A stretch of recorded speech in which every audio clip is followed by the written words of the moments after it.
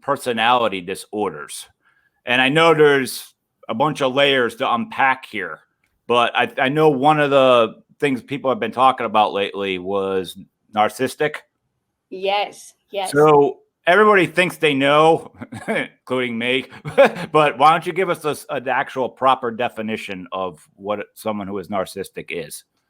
Yeah, well, so personality disorders is really tricky. So a lot of people just don't really understand why someone is the way they are. So it's really like a maladaptive pattern of the way that they deal with life over time, and it affects the way people deal with people in their lives, whether it be at work, whether it's in their personal relationships. So narcissistic personality is one that it seems that it's the hot topic on social media right now. Everybody's talking about it, living with a narcissist, dealing with a narcissist, and everyone's met one. So, they're the people that are really boastful and they have big egos and they feel like they're special and they are entitled to be treated like they're special.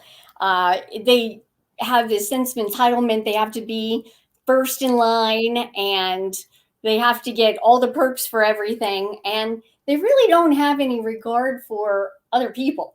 They don't really have any empathy for others. They don't recognize when they're criticizing others, and they really just don't care. So it's, as you can see, it's unfortunate to have to deal with somebody like that all the time. That's a lot of info and a lot to unpack. So is this something that is like it happens as their life goes on, like a defense mechanism? Is it something inherited? Is it like how's this person come invented even? Well, all the personality disorders do have a biological predisposition. So some of it is genetic. Some of it might be ways that they've learned to deal with their environment in a negative way. Maybe ways that they've seen others grow up. Maybe they've had an early traumatic experience in life that's kind of created this sort of maladaptive way of dealing with others. So, and they're really tricky because the part that's frustrating as a person in the real world or as a therapist is that with a personality disorder, they think everyone else is wrong. So they think that, nothing's wrong with me. We call that egocentric. So it means that, it's acceptable to them the way that they deal with things. And why is everybody else giving them a hard time?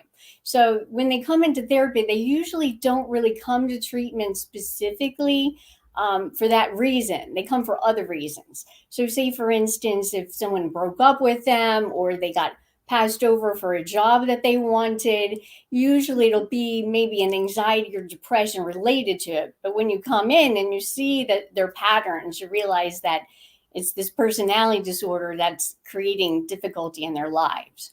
Gotcha. So just so we don't cross worlds here, what you just said was personality disorder, not narcissist. All of them in general, but including narcissists. Yes. Okay. So always want to wonder, is it when someone's narcissist and you said, hey, they need all the perks. They need to be in line first. Me. When they're alone, are they still on top of the world or are they looking for constant approval? Do they cry? Is it like just really a shield? That's not who they really are. It's interesting that you say that because really it's a defense mechanism for feeling inadequate and insecure.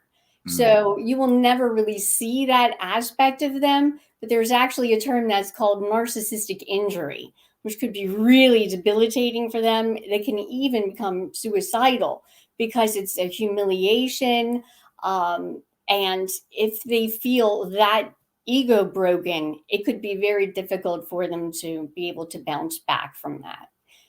But they're not really aware that they have that defense. It's, yes, they have these feelings of insecurity, but usually they quick jump on something else and start bragging about something else. So sounds like people I know in the film business. I'm in any business, unfortunately. Yes.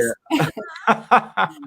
So that is, if something crashes, they just jump right to the next one, and that this is to feed their ego. Yes.